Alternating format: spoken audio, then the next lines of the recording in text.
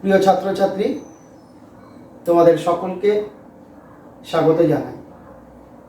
আজকে আমরা বাংলা সাহিত্যের ইতিহাসের একটা গুরুত্বপূর্ণ বিষয় নিয়ে আলোচনা করব। তোমরা ইতিপূর্বেই নিশ্চয়ই শুনেছ যে বাংলা সাহিত্যের প্রথম নিদর্শন হচ্ছে চর্যাপদ। এই চর্যাপদ কি এবং তার পরিচয়, এই বিষয়টাই আমরা আজকে আলোচনা করব। দেখো, আনুমানিক 10ম খ্রিস্টাব্দ সময়কালে বাংলা ভাষার উদ্ভব হয়েছিল এবং সেই ভাষা অবলম্বন করে রচিত প্রথম সাহিত্যিক নিদর্শন হচ্ছে চর্যাচর্য বিনিশ্চয় বা সংক্ষেপে চর্যাপদ। প্রথমেই আমাদের মনে একটা প্রশ্ন জাগে যে চর্যাপদ আসলে কি। দেখো, চর্যাপদ কিছু বৌদ্ধ সিদ্ধাচার্য, অর্থাৎ যাদেরকে আমরা সহজ কথায় বলতে পারি যে সাধু, বৌদ্ধ সিদ্ধাচার্যদের লেখা সাধন ভজন বিষয়ক সঙ্গীত। আমরা বলতে পারি চর্যাপদের থেকে শুধু বাংলা সাহিত্য নয়, বাংলা সঙ্গীতেরও সূচনা হয়েছিল চর্যাপদের মধ্যে। এখন এই যে চর্যাপদ, এই চর্যাপদ কোন সময় রচিত হয়েছিল? চর্যাপদ রচনার সময়কাল সম্পর্কে বিভিন্ন ভাষাবিজ্ঞানী তারা গবেষণা করলে পরেও যে সিদ্ধান্তে উপনীত হওয়া গেছে সেটা হচ্ছে আনুমানিক খ্রিস্টীয় 10ম থেকে দ্বাদশ শতাব্দীর মধ্যে চর্যাপদগুলি রচিত হয়েছিল। কিন্তু এই যে চর্যাপদ 10ম থেকে দ্বাদশ শতাব্দীর সময়কালে রচিত হয়েছিল, এটা কিন্তু আমরা কিছুদিন আগেও জানতাম না। তোমরা এশিয়াটিক সোসাইটির নাম নিশ্চয়ই শুনেছ। এশিয়াটিক সোসাইটি প্রতিষ্ঠিত হয়েছিল প্রাচ্যবিদ্যা গবেষণা এবং চর্চার জন্য। সেখানকার একজন সদস্য ছিলেন প্রখ্যাত ভাষাতাত্ত্বিক এবং প্রত্নতাত্ত্বিক মহামহোপাধ্যায় হরপ্রসাদ শাস্ত্রী। খুব গুণী ব্যক্তি ছিলেন উনি। তিনি এশিয়াটিক সোসাইটির সদস্য হিসাবে তিনি তিনবার নেপালে গিয়েছিলেন বাংলা সাহিত্যের প্রাচীন কোনো পুঁথি তার সন্ধান পাওয়া যায় কিনা সেটাকে খোঁজ করবার জন্য। প্রথম দুবার তিনি গেলে পরেও তিনি সাফল্য লাভ করতে পারেননি। তারপর 1907 খ্রিস্টাব্দে তিনি নেপালে যান এবং নেপালে যেয়ে নেপালের যে সংগ্রহশালা, সেই সংগ্রহশালার পুঁথি, প্রাচীন যে পুঁথিপত্র, সেই পুঁথিপত্র ঘেঁটে তিনি কিছু প্রাচীন পুঁথির আবিষ্কার করেন। তার মধ্যে যেমন ডক, খনার বচন এই জাতীয় কিছু ছিল, তেমনি আমাদের চর্যাপদের যে পুঁথিগুলো, সেই পুঁথিগুলো তিনি কিন্তু ছিল। এগুলো তালপাতার ওপরে লেখা ছিল। চর্যার যে মূল পুঁথিগুলো তালপাতার ওপরে লেখা ছিল। এভাবেই 1907 খ্রিস্টাব্দে চর্যাপদ আবিষ্কার হয়েছে এবং তার পরবর্তীকালে আমরা জানতে পেরেছি যে আমাদের বাংলা সাহিত্যে প্রথম নিদর্শন হচ্ছে চর্যাপদ। এখন এই চর্যাপদের এই যে নামকরণ, এই নামকরণটা কিভাবে এসছে? দেখো, চর্যাপদের মূল নাম হচ্ছে চর্যাচর্য বিনিশ্চয়। এটা চর্যাপদের যে পুঁথি, যে মূল পুঁথি, শাস্ত্রী মহাশয় আবিষ্কার করেছিলেন আমরা বলবো, তার মধ্যেই নামটা ছিল।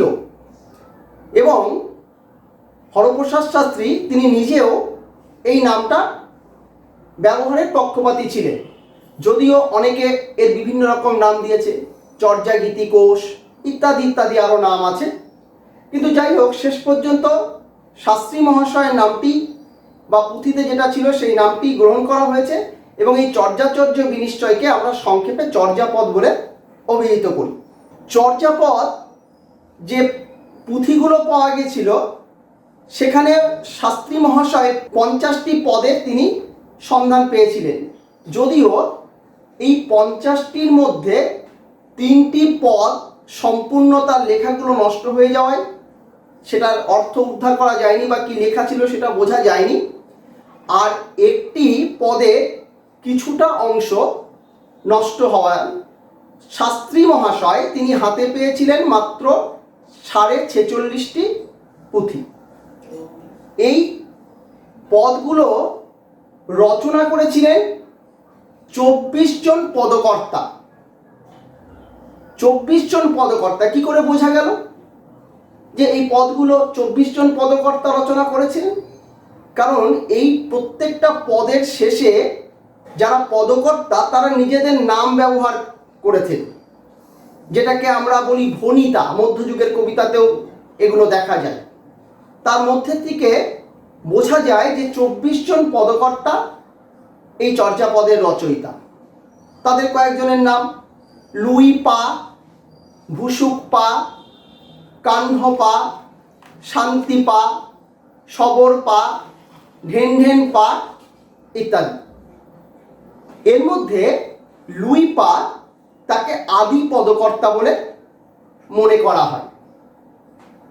এখন এই যে চর্যাপদ, এই চর্যাপদের ভাষাটা কি? এটা কি বাংলা ভাষায় লেখা? তো আমরা দাবি করছি, কিন্তু এটা কি আদৌ বাংলা ভাষা নাকি অন্য কোনো ভাষা? দেখো, চর্যাপদের আবিষ্কারের পর এর ভাষা সম্পর্কে বহু বিতর্ক হয়েছে। অনেক গবেষক, অনেক ভাষাবিজ্ঞানী তারা এই চর্যাপদটিকে নিজেদের বলে অনেক সময় দাবি করেছেন। কেউ মনে করেন চর্যাপদের সঙ্গে হিন্দি ভাষার নৈকট্য রয়েছে, কেউ কেউ মনে করেন মৈথিলি ভাষার নৈকট্য রয়েছে, কেউ কেউ মনে করেন অসমীয়া ভাষার নৈকট্য রয়েছে, কেউ কেউ মনে করেন উড়িষ্যার ভাষার নৈকট্য রয়েছে। এইরকম বিভিন্ন ধরনের মতামত পাওয়া যায়। তবে ভাষাচার্য সুনীতিকুমার চট্টোপাধ্যায় তিনি তার একটি তথ্য সমৃদ্ধ গ্রন্থ origin and development of Bengali literature নামক একটি গবেষণামূলক গ্রন্থে তিনি দাবি করেছেন, শুধু দাবি নয়, তিনি যুক্তি এবং তথ্য দিয়ে তিনি আমাদেরকে দেখিয়ে দিয়েছেন যে চর্যাপদের যে ভাষা তার সঙ্গে প্রাচীন বাংলা ভাষার সাদৃশ্য রয়েছে, অর্থাৎ বাংলা ভাষার পূর্বসূরি হচ্ছে চর্যাপদের ভাষা। তবে যেহেতু চর্যাপদ অপরিণত শিশু ভাষায় রচিত, সে কারণের জন্য সেই বাংলা ভাষার মধ্যেও অনেক ভাষার প্রভাব বর্তমান রয়েছে, এটাকে অস্বীকার করা যাবে না। তা যাই হোক, কিন্তু চর্যাপদের ভাষার আরও একটা বিশেষত্ব যদি আমরা খুঁজি, দেখতে পাবো যে এই ভাষাটা কিন্তু একটু জটিল ধরনের, দুর্বোধ্য প্রকৃতির ভাষা। কেমন? এখন দুর্বোধ্য বলতে যে চট করে বোঝা যায় না, কিছুটা বোঝা যায়, কিছুটা বোঝা যায় না। কারণ আজকের দিনের বাংলা ভাষা আর বাংলা ভাষা সৃষ্টির আদি পর্বের বাংলা ভাষা সেটা তো এক হতে পারে না। চর্যাপদের আদি কবি লুই পাদের একটা পদের দেখো লাইন, দুটো লাইন বলছি, তাহলেই বুঝতে পারবে যে কেমন ভাষা ছিল। কা তরু বড় পঞ্চবিডাল চঞ্চল চিহে পৈঠাকাল, এই ছিল আদি বাংলা ভাষা। তা যাই হোক, এই যে বাংলা ভাষা, এই বাংলা ভাষাকে শাস্ত্রী মহাশয় বলেছেন আলো আধারী ভাষা। অর্থাৎ কিছুটা আলো কিছুটা অন্ধকার। আলো মানে বোঝা যায় স্পষ্ট, অন্ধকার মানে অস্পষ্ট। তাহলে পরে এই যে চর্যাপদের ভাষা যিনি আবিষ্কারক, তিনি যখন বলছেন আলো আঁধারি ভাষা, অর্থাৎ তার কাছে যখন স্পষ্ট নয়, তাহলে সেই ভাষার যে অর্থ, সেই অর্থ আমরা কিভাবে উদ্ধার করলাম? চর্যার প্রত্যেকটা পদের শেষে সংস্কৃত ভাষায় একটি করে টিকা দেওয়া আছে, অর্থাৎ প্রত্যেকটা চর্যার ব্যাখ্যা দেওয়া আছে। যিনি ব্যাখ্যা দিয়েছেন টিকাকার, তার নাম হচ্ছেন মুনিদত্ত। এই মুনিদত্ত প্রদত্ত সংস্কৃত টিকা থেকে আমরা চর্যাপদের অর্থ উদ্ধার করতে পেরেছি। এছাড়াও ডক্টর প্রবোধচন্দ্র বাগচি তিনি চর্যার পদগুলোকে তিব্বতী ভাষায় অনুবাদ করেছিলেন, এবং তিব্বতী অনুবাদ থেকেও আমরা চর্যাপদের অর্থ সম্পর্কে কিছুটা ধারণা আমরা লাভ করতে পেরেছি। সুতরাং এখান থেকে বোঝা যাচ্ছে যে চর্যাপদের অর্থ দ্ব্যর্থবোধক হলেও সেগুলো আমাদের কাছে আজকে স্পষ্ট হয়ে গেছে। আমরা বিভিন্নভাবে তার অর্থগুলো উদ্ধার করতে আমরা সমর্থ হয়েছি। এবার দেখো, এই যে চর্যাপদ, এই চর্যাপদের প্রকাশকালটা কবে প্রকাশ হয়েছিল? 1907 খ্রিস্টাব্দে আবিষ্কার হয়েছে, কিন্তু প্রকাশ হয়েছে 1916 খ্রিস্টাব্দে। ডক্টর হরপ্রসাদ শাস্ত্রীর সম্পাদনায় 1916 খ্রিস্টাব্দে বঙ্গীয় সাহিত্য পরিষদ থেকে 1000 বছরের পুরানো বৌদ্ধ গান ও দোহা, এই যে বইটা দেখো, 1000 বছরের পুরানো বাংলা ভাষায় বৌদ্ধ গান ও দোহা, এই হচ্ছে